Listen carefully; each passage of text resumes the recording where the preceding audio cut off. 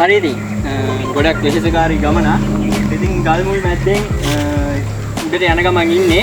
ඉතින් මේ හරි ලස්සන පැත්තා. ගල් වලින් මුල් ගිහින් කියන විදිහ හරි ලස්සනයි. ඉතින් වැඩි කතා ඕනේ නැහැ. උඩටම ගිහින් බලමු මොනවද තියෙන්නේ කියලා. යා.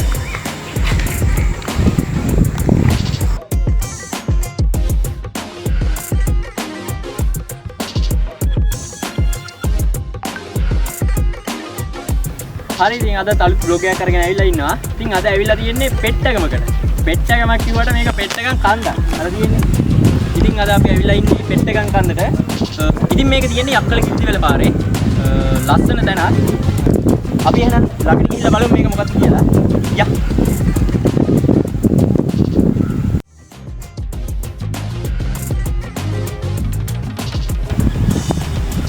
හරි ඉතින් මේක තමයි පෙට්ටගම.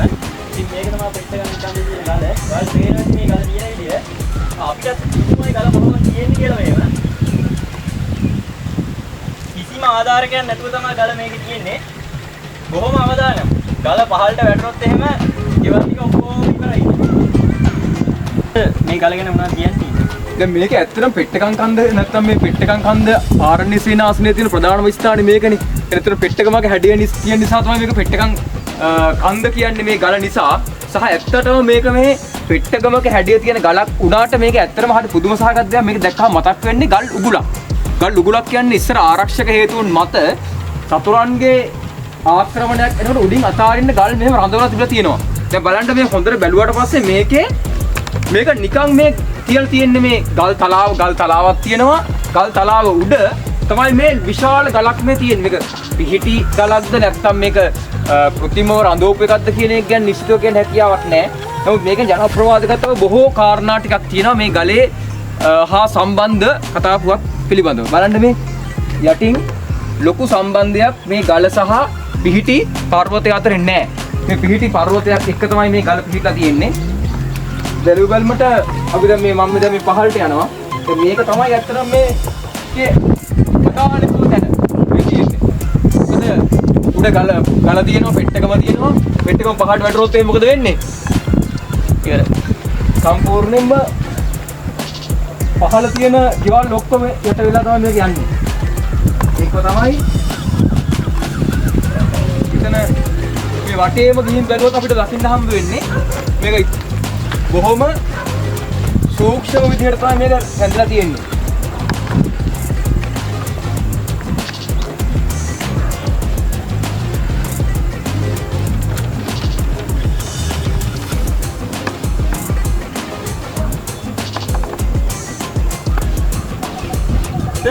මේ ගලේ නිකන් සාමාන්‍ය පෙට්ටගමක හැඩේ වගේ තියෙනවනේ. මේ කියන්නේ සාමාන්‍ය පෙට්ටගමක තියෙන ස්වරූපේම මේ ගලේ තියෙනවා. දැන් මේක ඇත්තටම ගත්තාම මේ ගලක් කියලා කිව්වට මේක පේනවා කොටස් තුනක් මේ තියෙනවා. යට තියෙනවා ලොකු ගලක් තියෙනවා. උඩ තව තියෙනවා ගල් කොටස් දෙකක් තියෙනවා. ඇත්තටම ගත්තාම මෙතන තියෙන ගල් කොටස් තුනක් තමයි මේ එකතු වෙලා තනි ගලක් මේ වගේ අපිට තේන්නේ.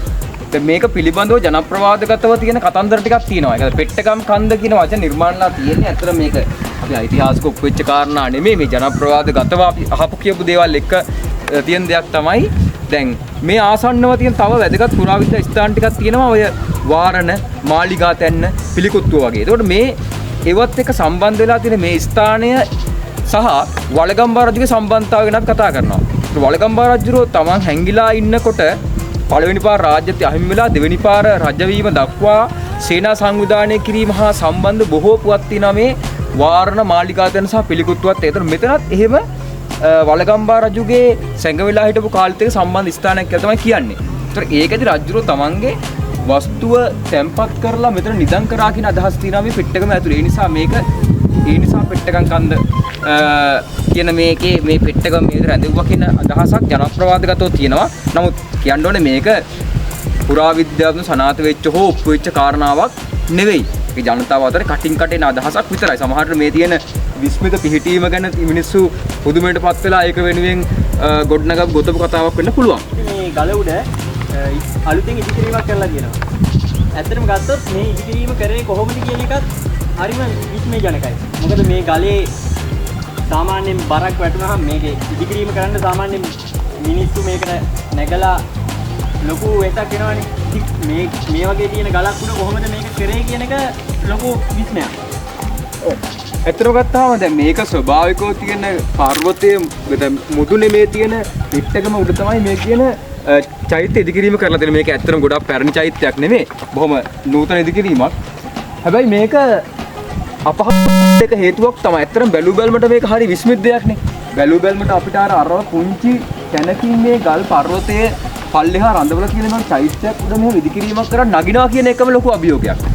ඇත්තටම මේක මේ බොහොම සැහැල්ලු ලෝහ කොටස් භාවිතා කරලා තමයි දැන් මේ පේනවා ඇති මේ වහලේ අමානුෂ්‍යෙක් තියෙන්නේ. ඒ වගේ ලෝහ කොටස් වැඩිපුර භාවිතා කරලා තමයි මේ ඉදිකිරීම කරලා තියෙන්නේ. හැබැයි එහෙම ඉදිකිරීමක් ඇතුලේ වුණත් අපිට හරි පුදුම සහගතයි. මොකද මේ වගේ තැනක නැගලා මේ වැඩේ කරනවා කියන එක ලොකු අභියෝගාත්මක කටයුත්තක්. හැබැයි අභියෝගාත්මක කටයුත්ත නිසාමද අපිට අර අපි මෙතන ප්‍රවේශ මාර්ගයේ එනකොට අපි දකින්න පෙට්ටගම උඩ තියෙන හරි ලස්සන ඉදිකිරීම වලට පත් වෙලා තියෙනවා. මෙන්න මේ කියන ධාතු කරඬුවක හැඩය තියෙන මේ චෛත්‍යය.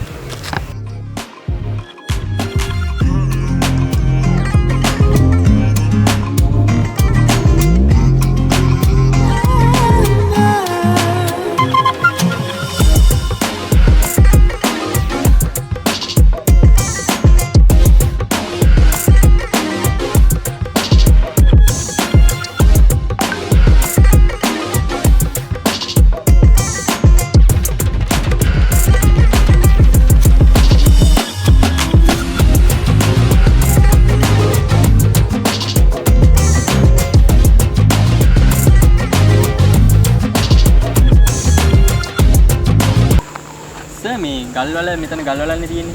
එතකොට මේ ගල්වල මේ බෝර දාද්දි අතන ගලට කිසි හානියක් නැති කියන එක පොදුමයි. නෑ ඇත්තම පොදුමයි. දැන් අපිට පේනවා මේක හොඳට බැලුවොත් මේ ලොකු ප්‍රදේශයක මේ ගල්වල මේ පැතිරලා තියෙනවානේ. ඒ ගල්වල වගේ මේක හැම තැනකම අපිට පේනවා බෝර අටු පාරවල්. ඒ කියන්නේ මේක වෙඩිදා පුරවන්න තියෙනවා වාර විශාල ගාණක් 100 වතාවකට වැඩියෙන් පුපුරන්නේ නැති. ඊටත් වැඩි අනිවාර්යයෙන්. ඒතර එහෙම වෙනකොටත් අතන උඩ පෙට්ටගම කිසිම හානියක් නොවි නොසෙල්වි තිබුණා කියන එකම ඇත්තටම ආශ්චර්යමත් සිද්ධියක්. ඉතින් අද වෙනකොට මෙතන වෙනම පොකුණක් විදියට නැත්නම් මේ වතුර වලක් විදිහට හැදිලා ඇත්තට වෙනම පරිසර පද්ධතියක් හැදිලා තියෙනවා. කුරුල්ලෝ ඉන්නවා. මේකේ ඊට අමතරව මේ ගස් ටිකක් හැදීලා එනවා. ඉතින් මේක හරි ලස්සන වෙනම ස්වභාව සෞන්දර්යයක් සහිත ප්‍රදේශයක් බවට පත් වෙලා තියෙනවා.